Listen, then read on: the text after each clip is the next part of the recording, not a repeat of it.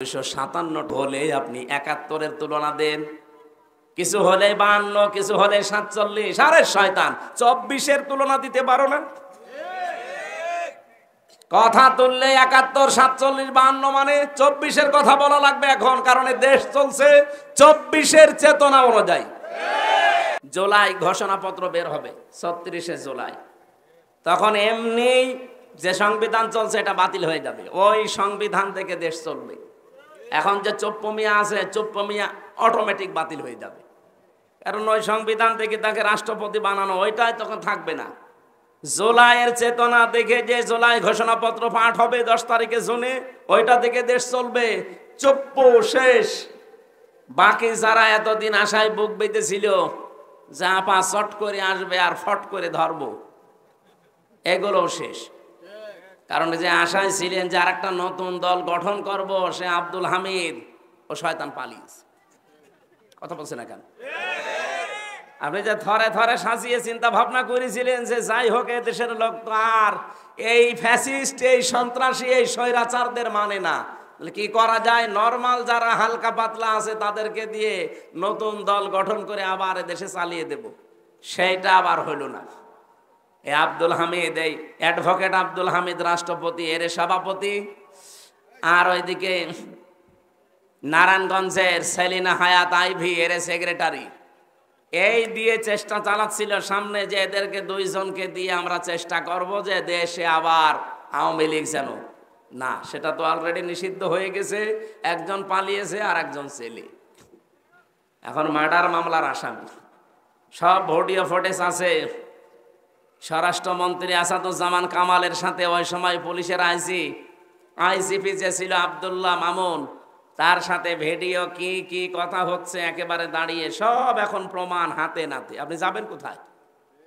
আর বাকি 3 নাম্বার স্থলে ছিল সাবের হোসেন চৌধুরী, আর আরেকজন ছিল ওদিকে কক্সবাজারের। এই দুইজনকে দিয়ে মনে করেছিল 3 নাম্বার স্তরে এদেরকে দিয়ে সাজাবো, সেইটাও গুড়ে বালি। সে সাবের হোসেন চৌধুরীও নেই, আর এই কক্সবাজারে সে বাটা জাফরও এখন জেলে। তাহলে 1, 2, 3 স্তরে স্তরে সব শেষ। আপনি এখন যাবেন কোথায়? যাবেন কোথায় মানে জালেমরা যা করেছে তার পরিণতি ভোগ করা লাগবে না? এই জন্য আগামীতে কেউ যেন আবার এরকম জুলুম করেন না। নিজে যা করেন অপরাধ, আর একজন ভালো মানুষের উপরে ঘাড়ে দোষটা চাপিয়ে নিজে ভালো সাজছে। আপনি যার উপরে দোষ দিতে যান, আপনার বিবেকের কাছে প্রশ্ন করেন আসলে কি সেই লোকটা অপরাধী? আপনি কার দিকে তাকিয়ে কথা বলেন? বলেন। সুস যদি ঝাঁঝরকে বলে, ঝাঁঝর যদি সুসকে বলে যে তোমার পেছনে দেখলাম একটা ফোঁটা করা আছে, এটা মেনে নেওয়া যায়? সুসের তো ফোঁটা কয়টা, আর ঝাঁঝরের? তা আপনারা যারা দোষ দেন আজ, আপনাদের ফোঁটা কয়টা আপনারা জানেন?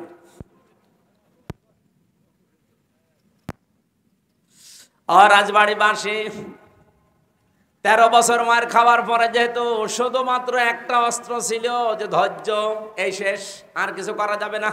আমরা এই 15 বছরে তাই পেলাম, ধৈর্য, আর কিছু নেই। ঠিক আমার মনে হয় 13 বছর পরে যেমন উসিনা অনুমতি দেওয়া হয়েছিল, আমাদেরও 15 বছর পরে এখন আমরা অনুমতি পেয়ে গেছি। যা করেছেন আর সুবহানাল্লাহ, আস্তাগফিরুল্লাহ, আলহামদুলিল্লাহ না, এখন ইটের জবাব পাথর দিয়ে দেওয়া হবে। কিছু করে দেখেন তো, হয় থাকবো না যাব। কারণ নবীজি 13 বছরের পর অনুমতি যদি পাই, আমরা 15 বছরের পর পাবা না? 15 বছর অলরেডি পার করে ফেলেছি, সুতরাং অনুমতি এবার পেয়েছি। আল্লাহ পাক বলেন ওয়া ইন্নাল্লাহা আলা নাসরিহিম লাকাদির, অবশ্যই আমি আল্লাহ এই মানুষগুলোর উপরে যাদের অত্যাচার, জুলুম, নির্যাতন চালানো হয়েছিল এদেরকে সাহায্য করব এবং বিজয় দিতে আমি আল্লাহ সক্ষম। এজন্য কাদির না দিয়ে লাকাদির দিয়েছেন। ওয়া ইন্নাল্লাহা আলা নাসরিহিম, অবশ্যই আমি আল্লাহ তাদের উপরে সাহায্য করছি, লাকাদির, এবং অবশ্যই আমি সক্ষম এদেরকে বিজয়ী করতে। আমরা চর্ম চোখে যেটা দেখি কোরআনের সাথে মিলিয়ে ওইটাই বলছি। 13 বছর পরে অনুমতি পেয়েছিল, অলরেডি আমরা 15 বছর পরে যা দেখছি আল্লাহর সাহায্য আসবে এবং বিজয়ী আমাদেরকে করাতে আল্লাহ অক্ষম না সক্ষম? বলেন বলেন। আমি এই লাকাদিরের কদির শব্দ পড়েছিলাম, কদির দিলেও তো অর্থ করে ফেলতাম বাংলায়। আমি আলেম যারা আছে তারা কদির দিলেও অর্থ করতে পারে, লা কদির দিলে কেন? আল্লাহ গ্যারান্টি দিচ্ছে ভাই, আপনি আন্দাজে মমতাজের মতো লাফিয়ে করবেন কি? এ চাপাবাজি করে দেশ চলে? ও বলে সিয়াসিত হাদিস পড়া, বুখারী শরীফ মুসলিম শরীফ সব পড়িস। আমি অনার্স মাস্টার শেষ করলাম, আমার কামেল ছিল ফেকার উপরে, আমি হাদিসের উপরেও কামেল করেছি। এত কিছু করার পরও আমি এখনো বলতে পারি না যে আমার সব কোরআনের তাফসির সব হাদিস পড়া শেষ। আর ও মহিলা কি চাপাবাজ, সংসদে দাঁড়িয়ে বলছে আমার সব পড়া শেষ। আমার মনে হয় ওর পেটের ওপরে পাড়া দিলে ও যদি একটা আয়াত শুদ্ধ করে বলতে পারে, ওকে আমি মিষ্টি খাওয়াবো, জীবনও পড়তে পারবে না। এই চাপাবাজি করে করে চলতো, যেই কয়টা ছিল সব কয়টা চাপাবাজ, ওই কাবা কাকু থেকে শুরু করে এই যে হাসাও মাহমুদ আর আমার কুষ্টিয়ার হানিফ ইনু ননু মিয়া, ওর নাম হাসানুল হক ইনু বলা ঠিক না, হাসানুল হক ননু, দন্তন্নয় হস্য দন্তন্নয় হস্য কি হয়? ওর নামে ইনু বললে গোনা হবে? শয়তান ইসলামের যা ক্ষতি করেছে। আল্লাহ রাব্বুল আলামিনের পরে বলেন আল্লাযীনা উখরিজু মিন দিয়ারিহিম বিগাইরি হাক্কিন ইল্লা আইয়াকুলু রাব্বুনাল্লাহ। তোমাদেরকে যারা ঘর বাড়ি থেকে বের করে দিয়েছে, কোনো অপরাধ তোমাদের ছিল না, এই 15.5 বছর তোমাদের বাড়িতে থাকতে দেয়নি মিথ্যা অজুহাত দিয়ে, মিথ্যা মামলা দিয়ে, মিথ্যা সাক্ষী দিয়ে। একটাই মাত্র অপরাধ তোমাদের ছিল, আইয়াকুলু রাব্বুনাল্লাহ, তোমরা বলতে যে আমাদের রব, আমাদের আইনদাতা কে? আল্লাহ। এই বাংলাদেশে আজও যারা বলে আমাদের আইনদাতা শুধুমাত্র আল্লাহ, তারাই বাতিলের টার্গেট। এদেশে ইসলামী দল অন ইসলামী দল কত আছে, সবাই জালেমদের কাছে, সবাই রাম আর বামদের কাছে, সবাই দাদা বাবুদের কাছে। কালার না, কালার শুধু তারা যারা বলে রব্বুনাল্লাহ, আমাদের রব আল্লাহ। আই আই কি এত ব্যাখ্যা করা লাগবে? রব্বুনাল্লাহ বললেন আমার রব আল্লাহ কি? রবের 5টা অর্থ হয়। রব মানে সৃষ্টিকর্তা, রব মানে আইনদাতা, রব মানে মাবুদ, ইবাদত মাবার যোগ্য, রব মানে অভিভাবক, রব মানে উকিল। বলেন তো এই বাংলাদেশে আজ যারা বলে আমরা আল্লাহর আইন ছাড়া কারো আইন চাই না, তারা এই দেশে অনেকের কাছে শত্রু। ভালো মানুষ নামাজ রোজা পড়ে, তারপরও শত্রুতা করে যে তুমি আল্লাহর আইন চাও, এ কথা বলো কোন কারণে? কোন মানুষ যদি মনে প্রাণে নামাজ পড়ে, রোজা রাখে, পর্দা করে, কিন্তু এ দেশ আল্লাহর আইন দিয়ে চলুক, পরিবার সমাজ রাষ্ট্র চাই না, আপনি লিখে নিতে পারেন লোকটা মুনাফিক। এখানে নেই?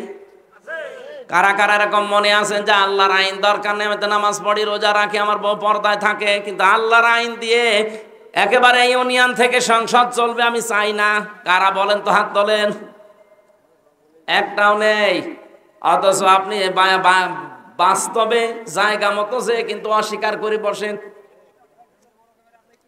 বলেন আপনার এই কথা দিয়ে, আপনার রায় দিয়ে, সমর্থন দিয়েই তো চলবে যে আল্লাহর আইন মতো ইউনিয়ন চলবে, উপজেলা চলবে, পৌরসভা চলবে, সংসদ ভবন চলবে, মন্ত্রণালয় চলবে, সেক্রেটারিয়েট চলবে। এগুলো আল্লাহর আইন মতো চালালে অস্কর রব্বাকা না না। সূরা আহজাবের ভেতরে একটা আছে, আমার একটা সিরিয়াল মনে আসছে না, 35 নাম্বার এই আয়াতটা, 34 নাম্বার আয়াত।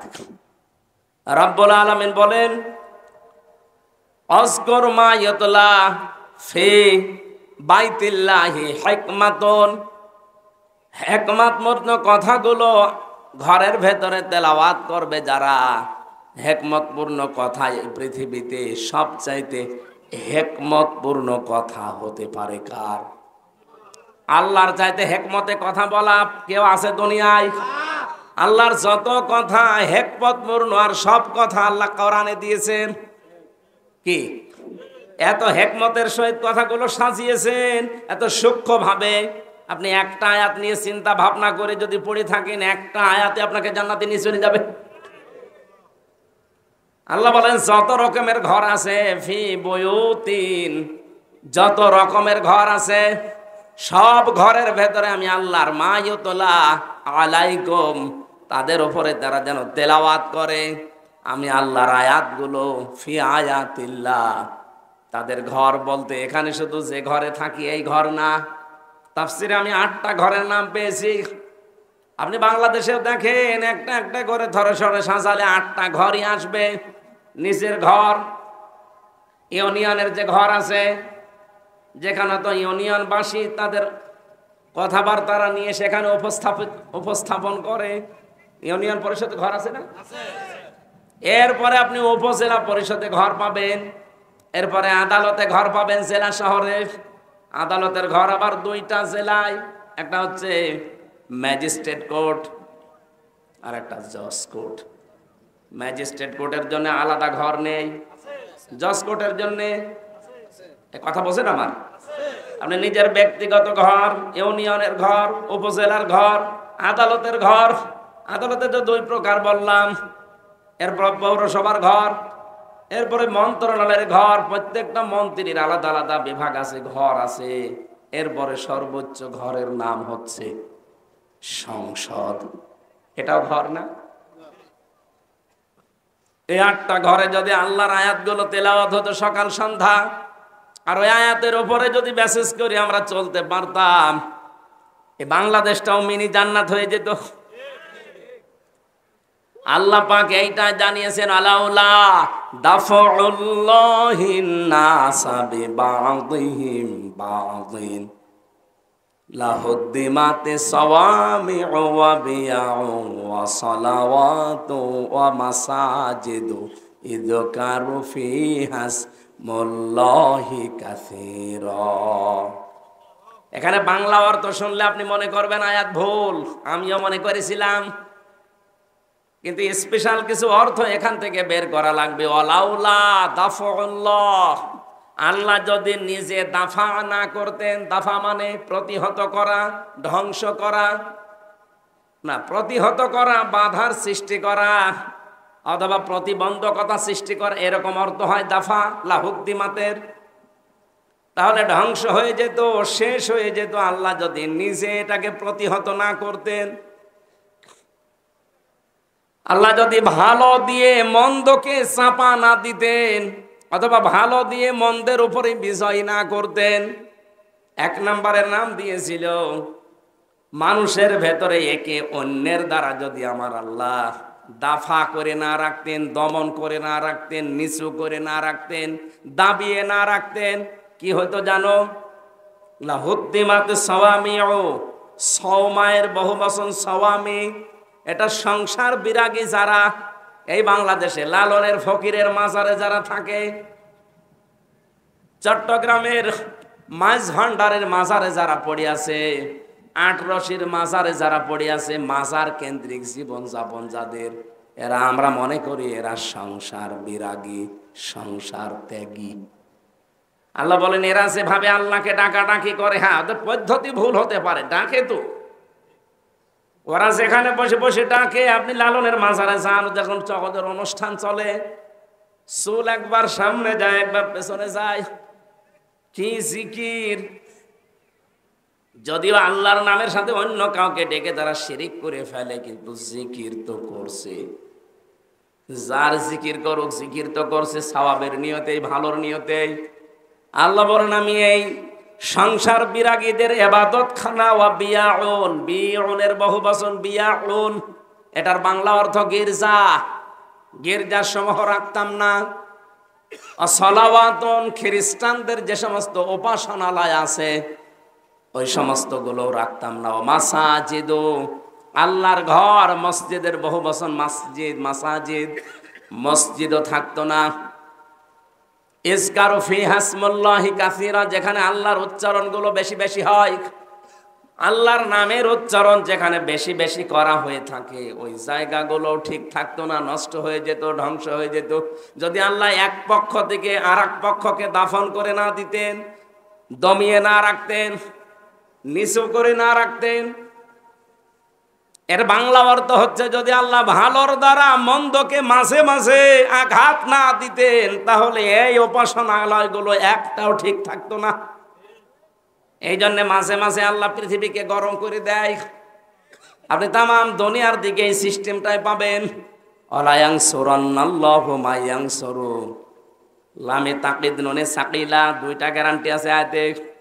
এই পৃথিবীতে কেউ যদি আল্লাহ পাককে সাহায্য করে মাস্ট বি সে যেন নিজেকে সাহায্য করলো।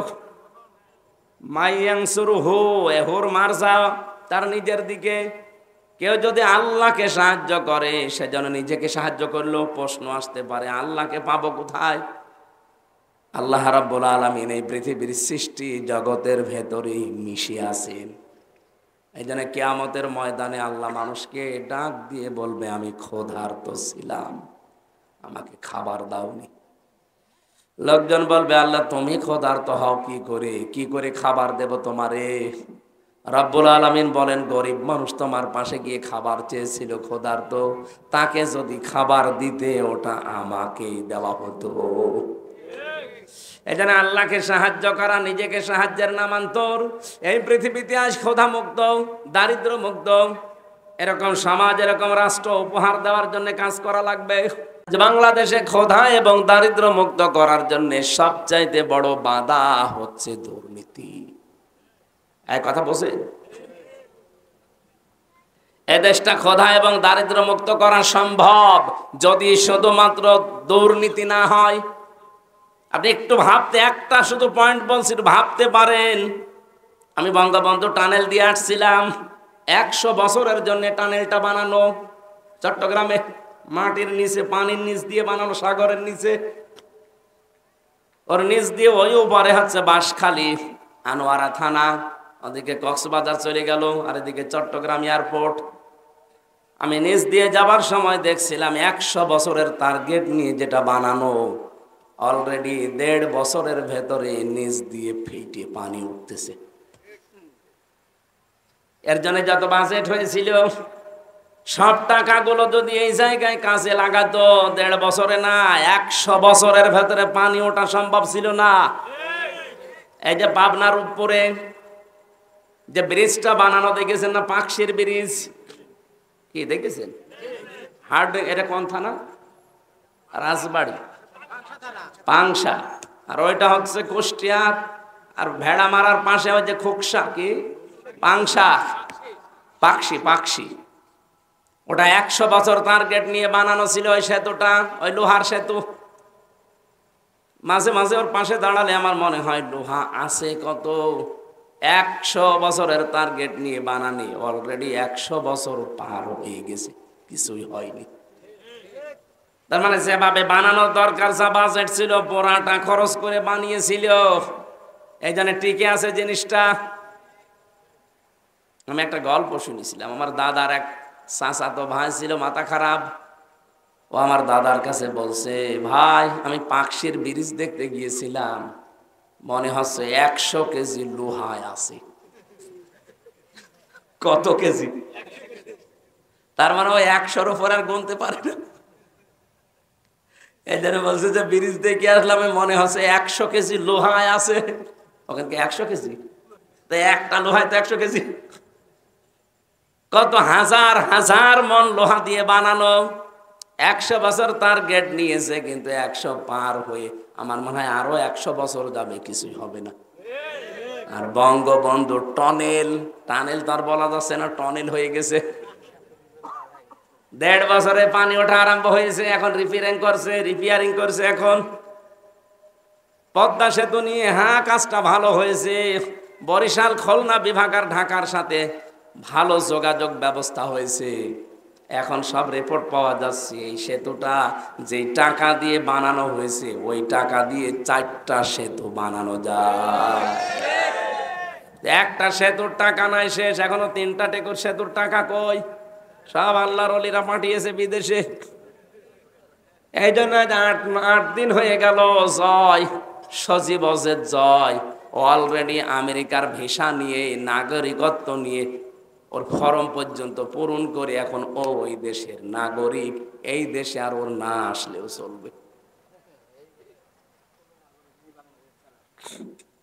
আমি মালয়েশিয়া ছিলাম কিছুদিন আগে, সিঙ্গাপুরে। মালয়েশিয়াতে যে দোকানে গিয়েছিলাম, 4টা লোক কাজ করে এক দোকানে। এক লোক থাইল্যান্ডে বাড়ি, বাংলাদেশের যশোরের একজন আছে, পাকিস্তানের একজন, আর ভারতের 2 জন। এই লোকগুলো ওখানে কাজ করছে। প্রত্যেকে তার নিজের দেশ থেকে ভিসা পাসপোর্ট করে গেছে। আমাদের দেশ থেকে যে গেছে যশোর থেকে, তার 8.5 লাখ টাকা খরচ। মাসে ইনকাম তার 1.5 লাখ টাকা মাসে, মনে করেন 1.5 লাখ। ও আর একটু বেশি বলেছিল, আমি 1.5 লাখে ধরলাম। ওর পাশের চেয়ারে বসে বসে, যে দর্জির কাজ করে, কাপড় চোপড় সেলাই করে, ওর পাশে যে আছে সে, তার বাড়ি হচ্ছে পাকিস্তানি। তার খরচ হয়েছে 2,20,000 টাকা। তারও ইনকাম মাসে ওই 1.5 লাখ। এর পাশে দেখলাম 2 জন সেলাই করছে, তাদেরও মাসে 1.5 লাখ টাকা। তাদের খরচ হয়েছে 1,20,000। এর পাশে একজন থাইল্যান্ডের আছে, সেও কাজ করছে, তার খরচ হয়েছে আসতে 30,000 টাকা বাংলাদেশের টাকায়। পাশের রাষ্ট্র তো। 30,000 টাকা খরচ, ইনকাম হচ্ছে 1.5 লাখ। এই যে 5 জনের হিসাব বললাম, 5 জনেরই প্রতি মাসে এই দোকান থেকে ইনকাম, কাপড় চোপড় সেলাই করে 1.5 লাখ করে। কিন্তু খরচের তালিকা মিলান তো। 8.5 লাখ একজনের, 1,20,000 একজনের, 2,20,000 একজনের, 30,000 একজনের। খরচ তো প্রত্যেকের আকাশ পাতাল হয়ে গেছে, কিন্তু উপায় সমান।